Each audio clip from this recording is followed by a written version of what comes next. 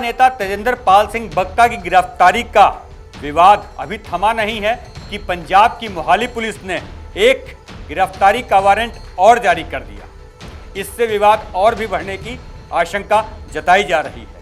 नमस्कार, मैं हूं आशुतोष त्रिपाठी और आप देख रहे हैं दिल्ली एनसीआर दिन भर। सबसे पहले नजर सुर्खियों पर। आम जनता पर महंगाई की एक और मार, 50 रुपए महंगा हुआ घरेलू गैस सिलेंडर।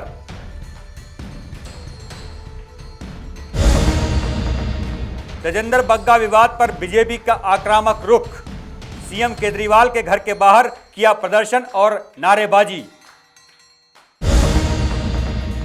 तेजिंदर पाल बग्गा का दिल्ली सीएम केजरीवाल को चैलेंज, बोले एक नहीं 100 एफआईआर करो, डरा नहीं सकते, कानूनी लड़ाई रखेंगे जारी। दिल्ली के नरेला में 15 साल की नाबालिग से दरिंदगी, चप्पल बनाने वाली फैक्ट्री में 3 सहकर्मियों ने किया गैंग रेप। पति की क्राइम हिस्ट्री मिटाने के लिए पत्नी ने की एक शख्स की हत्या, दोनों बेटों के साथ मिलकर रची साजिश। देश में महंगाई कम होने का नाम नहीं ले रही है। अब सीधी मार आम आदमी के किचन पर पड़ी है। जी हां, रसोई गैस सिलेंडर की कीमत 50 रुपए बढ़ा दी गई है। एक सिलेंडर पर 50 रुपए बढ़ा दिए जाने से अब प्रति सिलेंडर कीमत 999 रुपए 50 पैसे हो गई है। इससे बजट अब गड़बड़ा गया है। आप भी देखिए। महंगे राशन, सब्जियों के बढ़ते दामों से परेशान आम जनता की जेब पर एक और बोझ बढ़ गया है। आम आदमी के लिए खाना पकाना और महंगा हो चला है। कमर्शियल एलपीजी के बाद अब डोमेस्टिक एलपीजी सिलेंडर के दाम में भी इजाफा कर दिया गया है। 14.2 किलोग्राम के घरेलू एलपीजी सिलेंडर के दाम में 50 रुपए की बढ़ोतरी की गई है। ये बढ़ोतरी शनिवार यानी 7 मई 2022 से ही प्रभावी हो गई है। अब राजधानी दिल्ली में 14.2 किलोग्राम के डोमेस्टिक एलपीजी सिलेंडर की कीमत 999.50 रुपए प्रति सिलेंडर हो गई है। इससे पहले घरेलू एलपीजी के दाम 22 मार्च को 50 रुपए बढ़े थे। अप्रैल माह में इस सिलेंडर की कीमत में कोई इजाफा नहीं हुआ था। उत्तर प्रदेश समेत 5 राज्यों के चुनाव खत्म होने के बाद से ही पेट्रोल, डीजल और रसोई गैस के दामों में बढ़ोतरी शुरू हुई। उसके बाद एलपीजी के दाम में भी बढ़ोतरी होना शुरू हो गई थी। इसी क्रम में 22 मार्च को घरेलू एलपीजी सिलेंडर के दाम 50 रुपए बढ़ाए गए थे। उसके बाद दिल्ली में गैस सिलेंडर की कीमत 949.50 पैसे प्रति सिलेंडर हो गई थी। बता दें कि इसी महीने की पहली तारीख को 19 किलो के कमर्शियल रसोई गैस सिलेंडर की कीमत 102 रुपए 50 पैसे बढ़कर 2,355 रुपए 50 पैसे कर दी गई थी। इससे पहले इसकी कीमत 2,253 रुपए थी। साथ ही 5 किलो के एलपीजी कमर्शियल सिलेंडर की कीमत को भी कंपनियों ने बढ़ाकर 655 रुपए कर दिया था। बीते कुछ महीनों से लगातार पेट्रोल, डीजल और गैस के दामों में बढ़ोतरी हो रही है। वहीं सब्जियों और राशन के बढ़े दामों ने वैसे ही आम आदमी की कमर तोड़ रखी है। आरबीआई ने भी रेपो रेट में बढ़ोतरी की है, जिसके बाद आपके लोन और ईएमआई महंगी होना तय है। ऐसे में देखना होगा कि आम जनता को महंगाई से राहत देने के लिए सरकार क्या एक्शन लेती है। नवोदय टाइम्स के लिए संगीता सिंह की रिपोर्ट, दिल्ली। पंजाब पुलिस द्वारा भारतीय जनता पार्टी के नेता तेजिंदर पाल सिंह बग्गा की गिरफ्तारी को लेकर भारतीय जनता पार्टी के नेता और कार्यकर्ता विरोध कर रहे हैं। लगातार दूसरे दिन सीएम केजरीवाल के घर के बाहर प्रदर्शन किया गया, नारेबाजी की गई। इस दौरान भारतीय जनता पार्टी के नेताओं ने पंजाब सरकार और आम आदमी पार्टी पर जमकर निशाना साधा। आप भी तेजिंदर बग्गा विवाद के बाद दिल्ली की सियासत गर्मा गई है। दिल्ली बीजेपी ने आक्रामक रुख अख्तियार कर लिया है। तेजिंदर पाल सिंह बग्गा की गिरफ्तारी के विरोध में दिल्ली बीजेपी, सिख प्रकोष्ठ और भारतीय जनता युवा मोर्चा के नेताओं और सैकड़ों कार्यकर्ताओं ने मुख्यमंत्री अरविंद केजरीवाल के घर के बाहर जोरदार प्रदर्शन किया और नारेबाजी की। बीजेपी के इस प्रदर्शन का नेतृत्व दिल्ली बीजेपी अध्यक्ष आदेश गुप्ता, मनजिंदर सिंह सिरसा, गोवा के मुख्यमंत्री प्रमोद सावंत और आरपी सिंह ने किया। जिनकी अगुवाई में बीजेपी के सैकड़ों कार्यकर्ताओं ने सीएम आवास का घेराव और नारेबाजी की। इस दौरान बीजेपी ने बग्गा को गिरफ्तारी के वक्त पगड़ी तक न पहनने देने का मुद्दा उठाया और पंजाब पुलिस पर पगड़ी की बेअदबी का आरोप लगाया। बुजुर्ग व्यक्ति पंजाब की पुलिस को हथियार बनाकर गुंडा के रूप में भेजकर उन्होंने बुजुर्ग कोई भी व्यक्ति अगर उनका बेटा उसके सामने गुंडे पुलिस कोई भी ले जाएगी तो उनको कहेंगे कि भाई आप इसको चाय पीने दस्तार पहनने दीजिए, लेकिन उसकी पंजाब पुलिस ने नहीं सुनी। तो मुख्यमंत्री है, एक लोकतांत्रिक परंपरा से आए हैं, लेकिन वो अंदर से उस चरित्र और चेहरे में तानाशाह है, तुगलकी फरमान उन्होंने पंजाब पुलिस को दिया है। केजरीवाल के इन मंसूबों के सामने पानी फिर गया है। भारतीय जनता पार्टी के कार्यकर्ता हमारे केंद्रीय नेतृत्व के द्वारा, और मैं यहां पर कहना चाहता हूं कि 5000 साल पहले महाभारत की लड़ाई हुई थी और का जो असली तंत्र को समाप्त करके अन्याय के खिलाफ न्याय की जीत इसी कुरुक्षेत्र में हमारे गृह मंत्री अमित शाह जी के द्वारा किया गया, जहां दिल्ली पुलिस या हरियाणा पुलिस हो या भारतीय जनता पार्टी के कार्यकर्ताओं ने न्याय की लड़ाई जीती है। इस दौरान पुलिस ने बीजेपी ब्रिगेड को रोकने के लिए बैरिकेडिंग भी की। विरोध प्रदर्शन के दौरान कोई अप्रिय घटना न घटे, इसके लिए पुलिस ने सीएम केजरीवाल के आवास के सामने भारी पुलिस बल तैनात कर रखी थी। दिल्ली पुलिस ने बिना इजाजत प्रदर्शन करने के लिए बीजेपी कार्यकर्ताओं को चेतावनी देते हुए वहां से तुरंत जाने को कहा। इसके बाद पुलिस ने बीजेपी नेता मनजिंदर सिंह सिरसा और कई कार्यकर्ताओं को हिरासत में ले लिया। दिल्ली पुलिस की एंटी राइट सेल की टीम भी मौके पर मौजूद थी। खबर के मुताबिक 100 से ज्यादा लोग प्रोटेस्ट में शामिल हुए, जिनमें से कई लोगों को पुलिस ने एहतियातन हिरासत में लिया। नवोदय टाइम्स के लिए संगीता सिंह की रिपोर्ट, दिल्ली।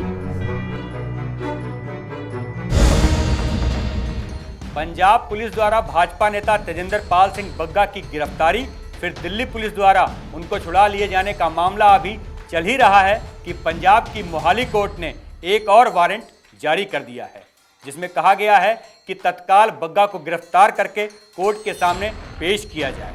इसके बाद यह मामला और भी बढ़ सकता है। उधर तेजिंदर पाल सिंह बग्गा ने साफ तौर पर कहा है कि चाहे जितना भी उन्हें डराया जाए वह पीछे नहीं हटेंगे। उन्होंने मुख्यमंत्री अरविंद केजरीवाल को चुनौती भी दी है। हमारे संवाददाता कमल कंसल ने बग्गा से खास बातचीत की। आप भी सुनिए बग्गा ने क्या क्या कहा। आप देख रहे हैं नवोदय टाइम्स पंजाब केसरी टीवी। कल तेजिंदर पाल सिंह बग्गा को पंजाब पुलिस जो है वो गिरफ्तार करके लेकर गई थी, लेकिन बाद में दिल्ली पुलिस और द्वारका कोर्ट है उसने इंटरवीन किया और उसके बाद जो है इनको छोड़ दिया गया। कल जिस तरीके का वायका हुआ है, क्या लगता है कि पंजाब पुलिस ने आपको गिरफ्तार किया, क्या वजह रही? देखिए, जिस प्रकार से कल पंजाब पुलिस ने मेरी अरेस्ट की, एक जैसे आतंकवादी को गिरफ्तार किया जाता है, 40 से 50 पुलिसकर्मी दिल्ली आते हैं, उसके बाद 15 से 14 लोग सिविल ड्रेस में मेरे घर के अंदर घुसते हैं, मुझे पगड़ी पहनने का मौका नहीं देते हैं, मुझे चप्पल पहनने का मौका नहीं देते। जब उनको कहते हो कम से कम मुझे पगड़ी पटका पहनने दो, सिर कज लेने दो, उसका मौका नहीं देते हैं। तो ये दर्शाता है कि अरविंद केजरीवाल अपनी सत्ता का किस तरीके से दुरुपयोग करना चाहते हैं। लेकिन हम अरविंद केजरीवाल जी को चुनौती देते हैं कि अगर वो सोचते हैं कि हम ये सवाल पूछना बंद कर देंगे। मेरे को पंजाब पुलिस के जो कर्मचारी थे उन्होंने कहा, जो पुलिसकर्मी थे उन्होंने कहा कि जो आप गुरु ग्रंथ साहब जी की बेदबी का मुद्दा उसको उठाना बंद कर दो, सारे केस वापस हो जाएंगे। तो मैंने कहा कि मैं आज आपके चैनल के माध्यम से अरविंद केजरीवाल जी को कहना चाहता हूँ कि आपने वादा किया था चुनाव के अंदर कि गुरु ग्रंथ साहब जी की बेदबी करने वालों को 24 घंटे के अंदर जेल में भेजेंगे। अगर आप नहीं भेजते तो ये सवाल हम पूछते रहेंगे जब तक वो जेल की सलाखों के पीछे दोषी नहीं होंगे, चाहे उसके लिए मेरे ऊपर एक नहीं 100 FIR करो। कितने बजे का समय था जब आपको गिरफ्तार करने दिल्ली जो पंजाब पुलिस है वो आई थी? 8:30 बजे का। तो घर में कौन कौन थे आपके? और पिताजी।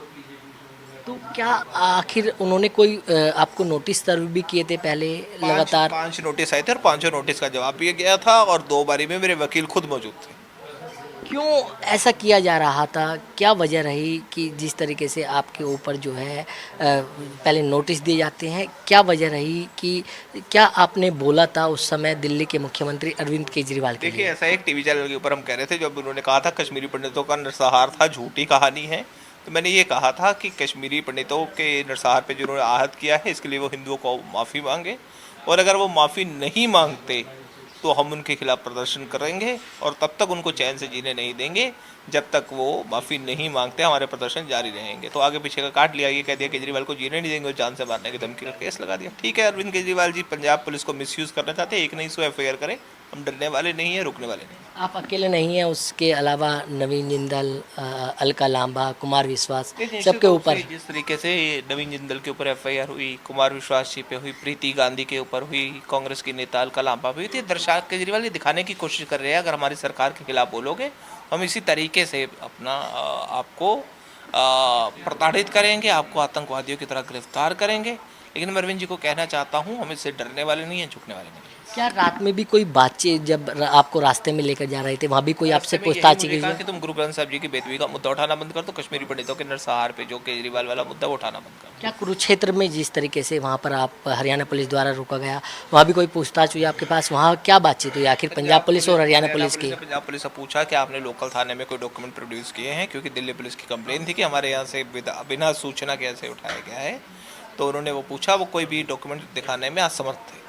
आपके फादर द्वारा एक कंप्लेन जो है जनकपुरी थाने में भी दी गई है जी, तो उसके ऊपर अभी मंडे को कोर्ट में सुनवाई है और जैसा भी होगा। अच्छा, आपको जब दिल्ली लेके आया गया तो मजिस्ट्रेट के सामने आप पेश हुए, क्या कोई वहाँ पर भी बातचीत हुई है? वहाँ क्या रुख रखा है आपने अपना? MLC की रिपोर्ट देखी उन्होंने और जो भी शिकायत थी उन तथ्यों को देखा, उसके आधार पर उन्होंने कहा है कि ये इलीगल डिटेंशन थी और दिल्ली पुलिस को आदेश किया है कि सुरक्षा देने का। आपका आगे क्या रुख रहने वाला है? देखिए, हमारी लड़ाई सड़क पे और कानूनी दोनों चलेगी, और जब तक अरविंद केजरीवाल अपने गंदे मंसूबे में उनको हरा नहीं देंगे तब तक ये लड़ाई चलती रहेगी। तो बिल्कुल, ये तेजेंद्र पाल सिंह बग्गा जिन्होंने नवोदय टाइम्स पंजाब केसरी के साथ खास बातचीत की। दिल्ली से कमल कुमार कंसल, नवोदय टाइम्स पंजाब केसरी टीवी। दिल्ली के नरेला इंडस्ट्रियल एरिया में एक चप्पल की फैक्ट्री में कुछ दरिंदों ने एक नाबालिग लड़की के साथ गैंगरेप किया। 3 लोगों ने गैंगरेप किया और उसके बाद लड़की को बेहोशी की हालत में उसके घर के बाहर फेंक कर चले गए। होश में आने के बाद लड़की ने अपने परिजनों को सारी घटना बताई। देखिए। राजधानी दिल्ली के नरेला इंडस्ट्रियल एरिया में चप्पल बनाने वाली फैक्ट्री में 15 साल की नाबालिग के साथ गैंगरेप का मामला सामने आया है। फैक्ट्री में ही काम करने वाले 3 लड़कों ने लड़की को नशे में धुत कर गैंगरेप की घटना को अंजाम दिया। आरोपियों ने रात को लड़की को काम के बहाने रोक लिया और उसके साथ गैंगरेप किया। फिर लड़की को घर के बाहर छोड़कर मौके से फरार हो गए। नाबालिग ने होश में आने पर परिजनों को पूरा मामला बताया। फिलहाल लड़की को गंभीर हालत में अस्पताल में भर्ती कराया गया है। कैसे क्या हुआ आपकी लड़की के साथ? वो भैया ये कंपनी गई ना 9 बजे आती है तिरी से, वो नहीं आई तो मैंने कॉल भी करा उसका, उसने कॉल नहीं उठाया। ठीक है, तो कॉल नहीं उठाया, मैं खाना बनाने लगी, मैंने आ जाएगी कुछ देर में। इतनी मैं 10 बजे टाइम को कान मतलब वो छोड़ के गेट के बाहर कान लोग गली में छोड़ के गई। तो मैंने गली वाले ने कही तुम्हारी लड़की बाहर पड़ी है। तो मैंने सारे लोगों को बिल्डिंग को टेर के तब अपने अंदर को लेके गई। जब मैंने जहाँ अब फिर नशा सा तो मान लो पता नहीं क्या पिलाओ का नहीं, उसको होश नहीं था अपना तन का। तो क्या आपकी लड़की के साथ पहले उन्होंने शराब पिलाई है, उसके बाद पहले अब वो लड़की तो कह रही मेरे को जोरावती जबरदस्ती शराब पिलाई, एक ने हाथ से पिलाई, एक ने पकड़े मेरे हाथ, एक ने जबरदस्ती मेरे को दारू पिलाई। अच्छा, कितने लड़के इस चीज़ में शामिल हैं? वो 3 है। 3 लड़के बता रही हैं? हाँ 3 बता रही। किस कंपनी में आपकी लड़की काम करती थी? वो 72 में है जनक। हाँ। कितनी उम्र है उनकी? 50। आपकी लड़की की कितनी उम्र है? वो मेरी लड़की की 15 था। 15 साल उम्र। पुलिस को कब जानकारी दी आपने? वो मैंने सुबह दिया था। अच्छा, क्या कार्रवाई करी पुलिस ने? अस्पताल कब लेके आई लड़की को? वो फिर मैंने जानकारी दी तो वो लेके आई। अभी ठीक है आपकी लड़की? हाँ, वह तो फिलहाल मैं थोड़ी बहुत सही है। पीड़िता नरेला औद्योगिक क्षेत्र की फैक्ट्री में काम करती है और मूल रूप से उत्तर प्रदेश की रहने वाली है। उसकी मां अपना गुजर बसर करने के लिए मजदूरी करती है। नाबालिग भी घर की माली हालत होने के कारण फैक्ट्री में काम करती थी। फिलहाल पुलिस ने नाबालिग के साथ दरिंदगी को अंजाम देने वाले तीनों आरोपियों को अलग अलग जगहों से अरेस्ट कर लिया है। आरोपियों की पहचान नरेंद्र, मोहित और परविंदर के रूप में हुई है। आरोपियों के खिलाफ पॉक्सो एक्ट की धाराओं के तहत मामला दर्ज किया गया है। पुलिस फैक्ट्री मालिक से भी पूछताछ कर रही है। सूत्रों की माने तो मालिक पर भी बाल मजदूरी करवाने के आरोप में एफआईआर दर्ज हो सकती है। दिल्ली से अनिल कुमार के साथ संगीता सिंह की रिपोर्ट, नवोदय टाइम्स। अंत में बात करते हैं गाजियाबाद पुलिस के गुडवर्क की। जी हां, एक महिला ने अपने अपराधी पति को बचाने के लिए अपने 2 बेटों के साथ मिलकर एक अजनबी की हत्या कर दी थी। इसके बाद उसका शव जंगल में ले जाकर फेंक दिया था। इस घटना के बाद पुलिस जांच करती रही और उसने सारा का सारा मामला खोल दिया। मामला किस तरह खोला गया, महिला किस तरह से पकड़ी गई, पूरी रिपोर्ट देखिए।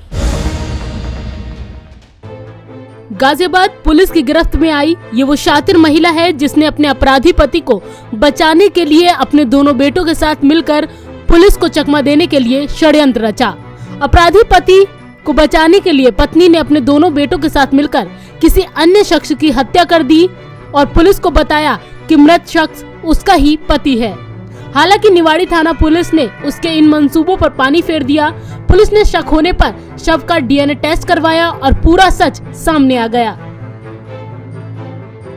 पुलिस ने पूरी साजिश का पर्दाफाश करते हुए जेल से फरार चल रहे अपराधी अजय उर्फ अजीत की पत्नी को मोदी नगर बस स्टैंड के पास से गिरफ्तार कर लिया है। 2021 को निवाड़ी के जंगल में, थाना निवाड़ी में एक अज्ञात व्यक्ति का अधजला शव मिला था। शव की फोटो, उसके कपड़े और उसके जूतों को देखकर श्रीमती कविता और उसके दोनों लड़कों ने इसकी पहचान अपने पति अजय उर्फ अजीत के रूप में की थी। शव का जो है डीएनए परीक्षण कराया गया तो इसका मिलान जो है अजय उर्फ अजीत से नहीं हो पाया था। विवेचना से यह पता चला कि यह पूरी प्रक्रिया एक षड्यंत्र के रूप में अजय उर्फ अजीत, उसकी पत्नी और दोनों लड़कों ने की थी। यह भी उल्लेखनीय है कि अजीत उर्फ अजय मुजफ्फरनगर जनपद से एक मर्डर के मुकदमे में जेल से फरार अपराधी है। विवेचना प्रचलित है, आवश्यक विधिक कार्रवाई की जा रही है। दरअसल महिला का अपराधी पति अजय मुजफ्फरनगर जेल से 21 जून 2021 से फरार चल रहा था। अजय अपने खिलाफ चल रहे मुकदमों से बचने के लिए पत्नी कविता और 2 बेटों के साथ मिलकर अपनी ही मौत की साजिश रची। वहीं पुलिस अब गिरफ्तार महिला से लगातार पूछताछ कर रही है ताकि आरोपी पति और उसके दोनों बेटों का सुराग मिल सके और उनकी गिरफ्तारी की जा सके। गाजियाबाद से वरुण सिसोदिया के साथ संगीता सिंह की रिपोर्ट, नवोदय टाइम्स।